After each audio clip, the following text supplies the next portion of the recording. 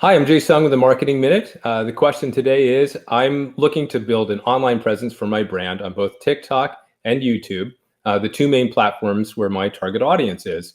Are there certain KPIs for each platform that I should track when I'm starting to create my SMART objectives? Uh, well, it sounds like somebody's writing their 2021 performance goals and want their SMART, their specific, measurable, actionable, time-bound goals around TikTok and YouTube. Well, first of all, I applaud you for expanding your media mix past the oligopoly of Facebook, Google search, and Amazon.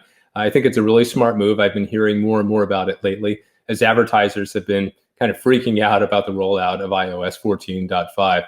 Facebook's still a tough game to beat in terms of driving performance and branding at the same time, but it's time to give some other media a chance. As far as SMART objectives, the first thing to remember is that both TikTok and YouTube are best for upper funnel type of advertising tactics, meaning that done right, they're really high engagement platforms that can really significantly increase your brand reach while embedding an emotional brand moment for a future potential customer.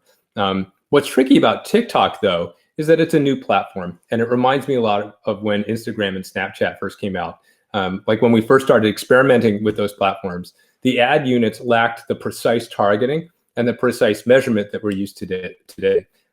Instead, they offered organic reach, brand takeovers, and lenses to kind of create deep engagement with the advertiser versus motivating an immediate sale. And so that's kind of how I think about TikTok nowadays. Meanwhile, YouTube is not new. It's been around for years. And even though it's beloved by brand advertisers everywhere looking to expand their reach past TV, it's never been quite as effective at generating sales in a measurable and cost-effective way in the way that Facebook has been. So what's an emerging brand to do? I think the answer here mirrors the SMART goals that, in the marketing departments I've run in the past, we've written for years for the PR department or for the social media department when Facebook first came out.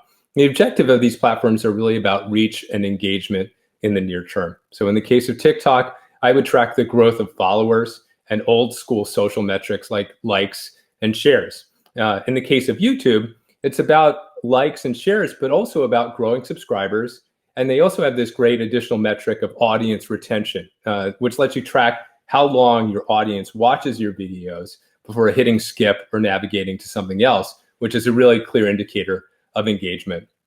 All these KPIs are obviously not as concrete as tracking conversions and revenue, but they're leading indicators that your creativity in content creation and brand building is relevant and driving interest that will eventually lead to sales, which is why you're using these platforms anyway.